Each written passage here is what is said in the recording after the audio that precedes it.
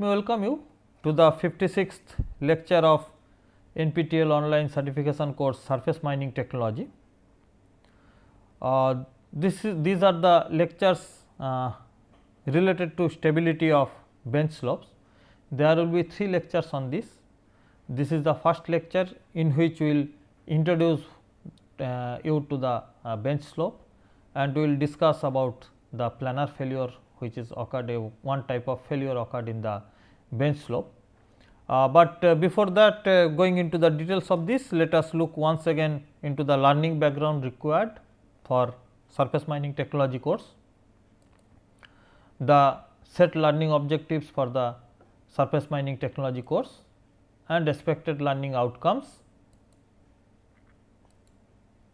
and these are some of the text and reference books.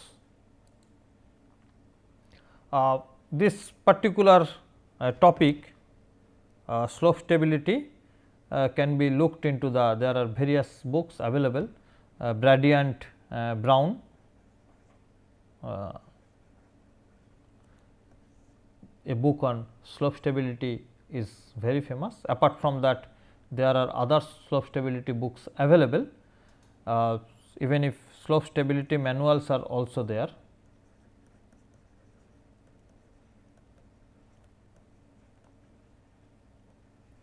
So, these books are very common and can be used for further study. And let us retrospect our previous lectures. We have almost at the end of the syllabus. So far, we have covered the status of the surface mining worldwide. We have covered the phases of mining a deposit. We have covered commencement of surface mining using box cut. We have covered the drilling technology, blasting technology. We have covered excavation by ripper. We have covered the handling of fragmented rock mass by shovel or excavators and transportation of the same using a dumper or other mode of transportation system. We have covered excavation with surface miner. We have covered excavation with drag line and direct casting of the material. We have covered the excavation with bucket wheel excavator. We have covered other auxiliary operations required in the surface mining. We have covered the haul road construction and maintenance. We have covered dimensional stone mining. We have covered seabed mining and haul road construction also we have discussed. High wall mining is also discussed. So, these are mostly the topics we have covered during this course of surface mining technology, and this is before except the closure of the mine. The last topic we are discussing here is the slope stability. The set objectives for the lectures pertaining to slope stability are set as to understand the necessity of stabilization of pit slope, to understand the different types of slopes, to understand the possible slope failures, and to learn the slope stability analysis. So, first let us understand what is a slope, or what we will understand by meaning of stability of slope. The slope is basically characterized as natural slope, and it is of two types, active slope and inactive slope. Slope can be natural or artificial. Generally, in soils and rocks, it is a matter of interest as well known concern of mining and civil engineers. We are discussing about the slopes.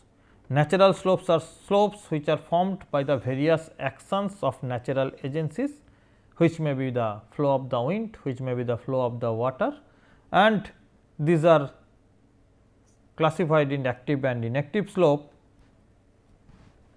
where active slope is the slope that are moving presently or not moving currently, but have moved within last seasonal cycle is considered as the active slope. That means, if it is a hilly terrain and there was some movement of the terrain in the near past, then that is considered as the active slope. If there is no such movement in the near past, that is called the inactive slope, and we are very much concerned about these natural slopes which are active, especially stabilization of that work and the safety of the nearby passers, nearby dwellings are required. But in mining we are basically creating the artificial slopes. Natural slopes are available with some hilly terrain where the mining is being carried out in the hills. There are natural slopes are existing, but apart from that in mines we create the artificial slopes also, because we have digged out the ground and the slopes are being created, as this is the earlier position, but with the mining we have excavated like this. So, the slopes are new slopes are generated. So, new slopes are generated like this. So, that is why we are creating artificial slopes at this position, which is very very important. These are the man made slopes and this is categorized as the excavation or cut slopes, embankments or earthen dams, and spoils or waste heaps. So, artificially we have carried out slopes in three ways. First is that we cut this as we have shown in the earlier diagram, and this is one possibility. Second possibility is that this is a natural ground, we are depositing something.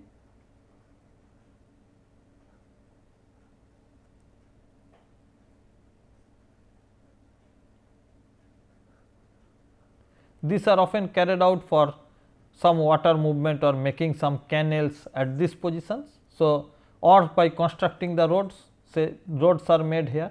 So, these are the embankment constructed, and because of that some slopes are generated, at this position. So, these are called the embankment, and often we do not do anything of this, we are just allowing the dumping of the materials like this, and that is creating the slope, that is the waste dump or waste heap slopes are often created. So, these are the main artificial slopes which are created, but here we are basically considering the mining slopes. In mines in general we do not make the embankment. So, we are concerned about that cut slopes or the overburden dump slopes. So, basically these are the two types of slopes we are forming. The first one, by cutting the benches we are creating the depth, and that is why the slopes are created. So, that is called cut slopes, and the second one is the dump slope, as we are dumping the overburden, that is creating the dump slopes. Often these are internal overburden dumping also, but that is also having the dump slopes. Bench slopes are basically classified in three ways. One is the individual slope of a bench, where the crest and toes are joined and the angle of that is representing the bench slope. Theoretically all the active benches are having a bench slope of 90 degree, but we try to keep it as steep as possible, so that the excavation can be carried out properly. The burden of the blasting should be same as the crest and as the toe also. In that consideration we will try to make the slope as high as possible, and theoretically it is 90 degree we try to maintain. Berm slope is the slope that the line joining the crest and the toe of a berm, that is the group of benches, is called the berm slope, or it is also called inter-ramp slope. The berm or inter-ramp slope is a function of bench slope, bench height and bench width in that number of benches. This is in general carried out where say overburden having some number of benches, those are considered as a group. Then there is the ore body, we are keeping some width between this overburden benches and the ore body. So, that is creating a group of benches in the ore body, a group of benches in the overburden, and by that way we are maintaining, that is called inter-ramp slope or the berm slope. And overall pit slope is basically the pit slope considering all the benches, and we are basically in this case considering the crest of the topmost or the surface, topmost bench or the surface, and the toe of the bottommost bench or the pit. So, in consideration of that one, whatever slope angle is obtained, that is called overall pit slope angle. So, when we are presenting it in a pictorial form,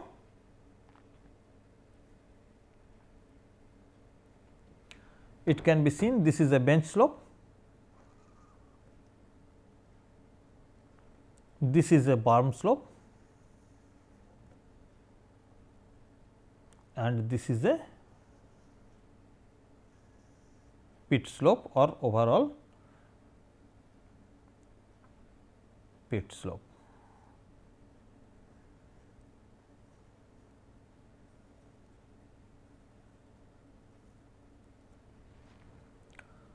But the bench slopes, there are many bench slopes, these slopes may be different.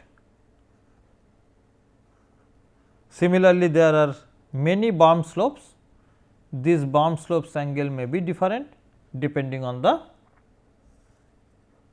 type of benches and etcetera. So, we can tell that this may be B 1, B 2, B 3, and these are the individual benches may be alpha 1, alpha 2 or something like that, but overall pit slopes remain same. These are the individual bench width,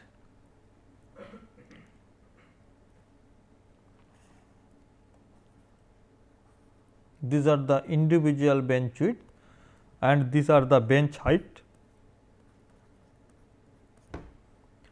These are the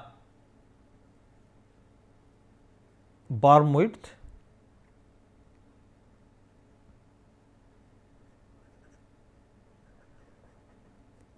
this is bench width, let me write completely, this is bench height, this is berm width, and this is berm height.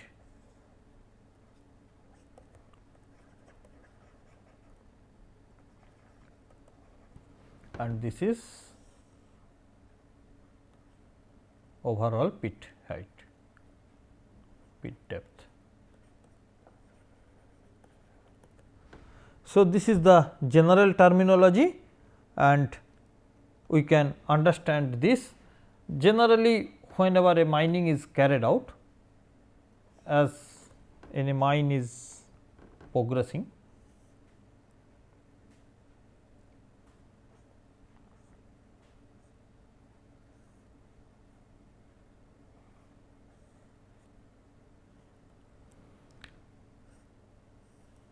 in general, as the mine is progressing in this direction, in these places we are having the operating benches, but these are the side walls where in general we reach up to the pit depth, and these wall are called high wall, and the slope stability we are concerned about in this high wall specially, because those are very steep in nature.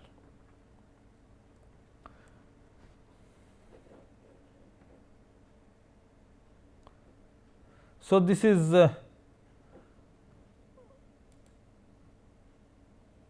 is one photographs of a failure slope.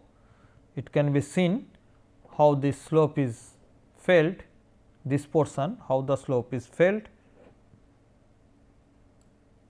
and it is very understood that the failure of slope may result in the loss of man, machinery, material. Apart from that, it involves in the activity for restabilization,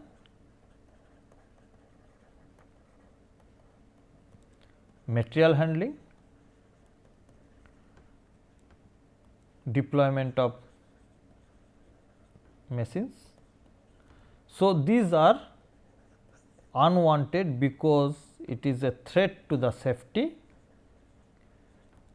it is increase the cost of mining significantly. So, these are the main drawbacks. So, the slope stability is very important. Considering this one very first requirement, for this it is essentially required.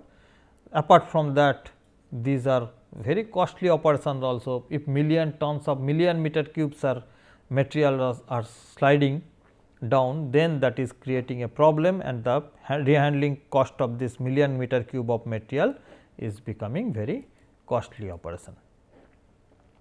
So, slope stability, stability of any slope, whether overburden slope or pit slope, is the potential of slopes to withstand any movement due to imbalance of forces which were in equilibrium. So, suppose whether it will be moving in this side or not, that is depending on the changes in the forces acting on this, and that is why whatever the shear forces coming at this position, that is depending on the shear strength of this one, that is frictional forces depending on the normal force which we are providing.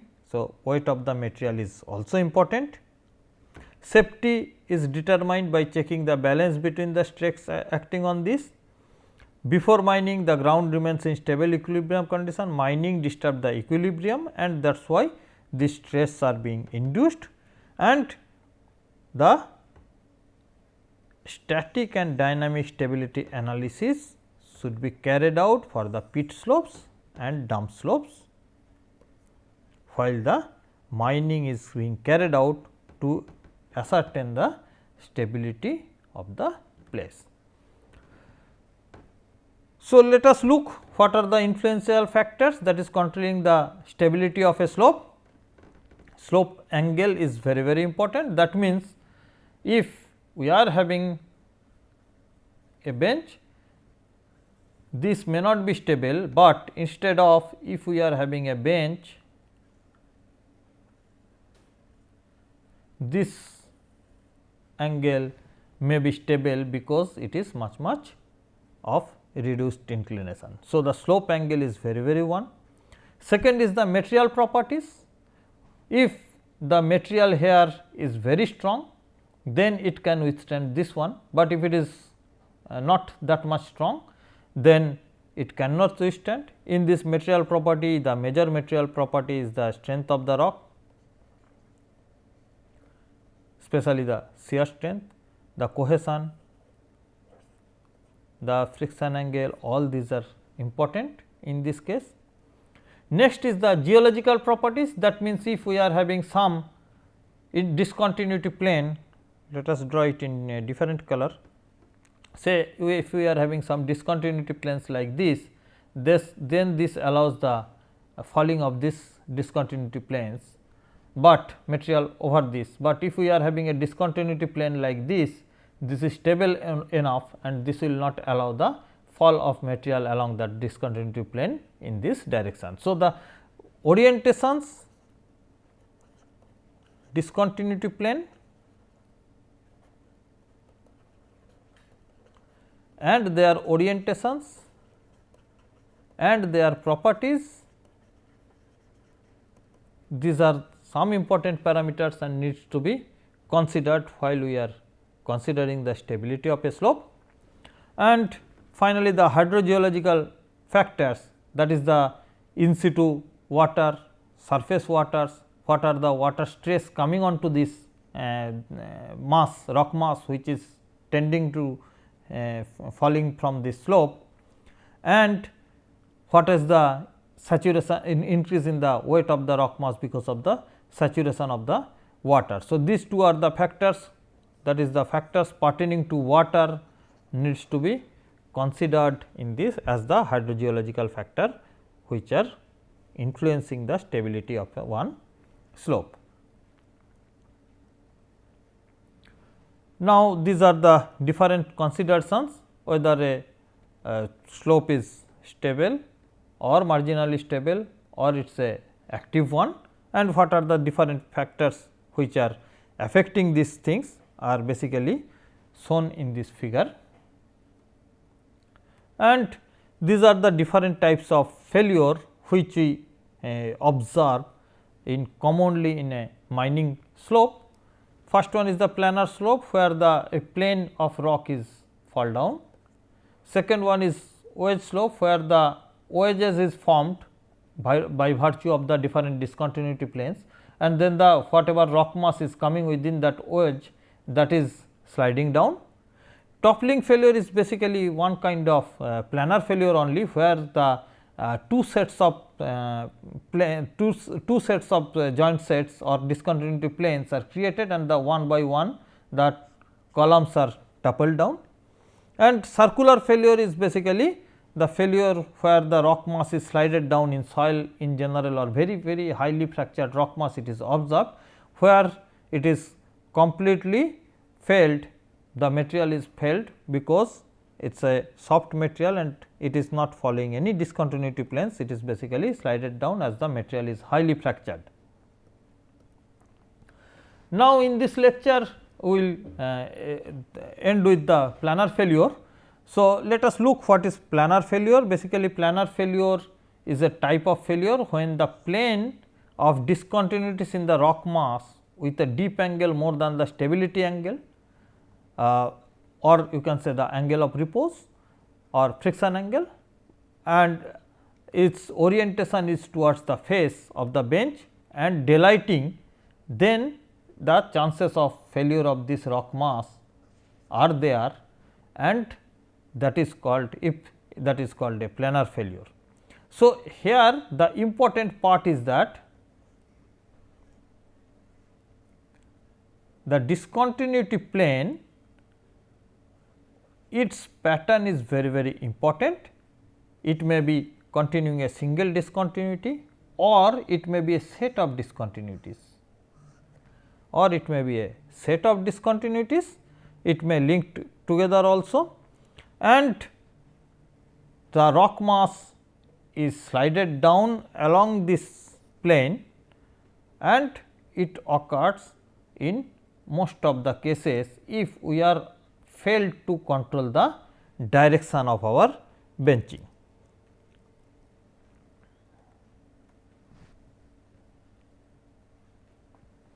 So, now if we are looking into this, if we are considering this rock mass, or in a word say this rock mass weight is W acting here, and then there are two components sin alpha and cos alpha. This alpha is the angle of discontinuity plane with the horizontal, and it is acting at a depth of h while the bench height is h.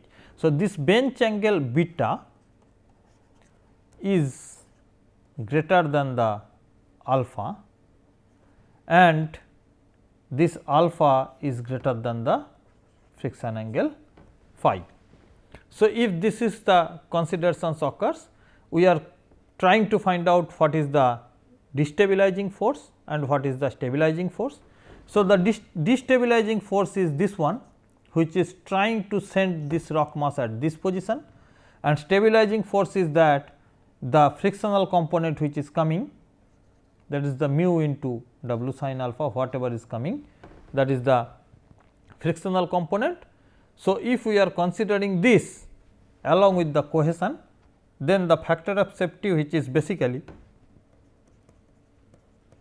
the stabilizing force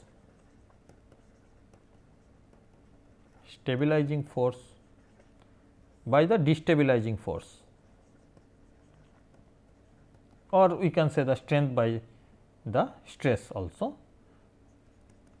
So, the stabilizing force is the cohesion plus frictional component, frictional force, and destabilizing force is the weight component of the rock mass. So, if we are considering this one, then the whatever value we are getting, that is considered as the factor of safety. So, for our open cast slope benches, we have to find out that this for a factor of safety should be 1.5 for a long term stability and more than 1.2 for the short term stability we can consider, and depending on that we have to carry out the analysis. So, planar failure analysis required the holistic joint survey and we have to find out the material properties. Generally, planar failure is observed in mostly the sedimentary deposit, because the sedimentary deposits are having clear joint sets and the discontinuity plane dips or daylight towards the pit at an angle smaller than the face angle and greater than the friction angle. So, the important part is that greater than the friction angle, smaller than the slope angle is well understood, but this material will fall down only when it is daylighting towards the face. So, that means, if we are having this joint set, this will fall down if it is open towards this side, but instead this joint set will remain same, but instead of having the bench direction at this side, if we are changed our bench direction to this side, this same joint will not pose any threat to the failure of this planar failure of this rock mass.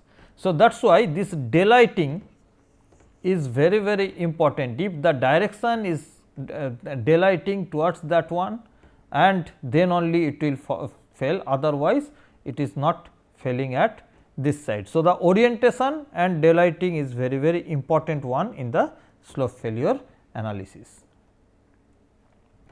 Now, there is some effect of water is also there. If we are having water is surface water or underground water is percolating through these cracks, then the water is acting in two ways. One is that it is giving a thrust in this direction, and second is that due to the buoyancy it is reducing the W cos alpha. So, in other turn it is reducing the frictional force, and as well as in saturated rock mass cohesion is also becoming 0.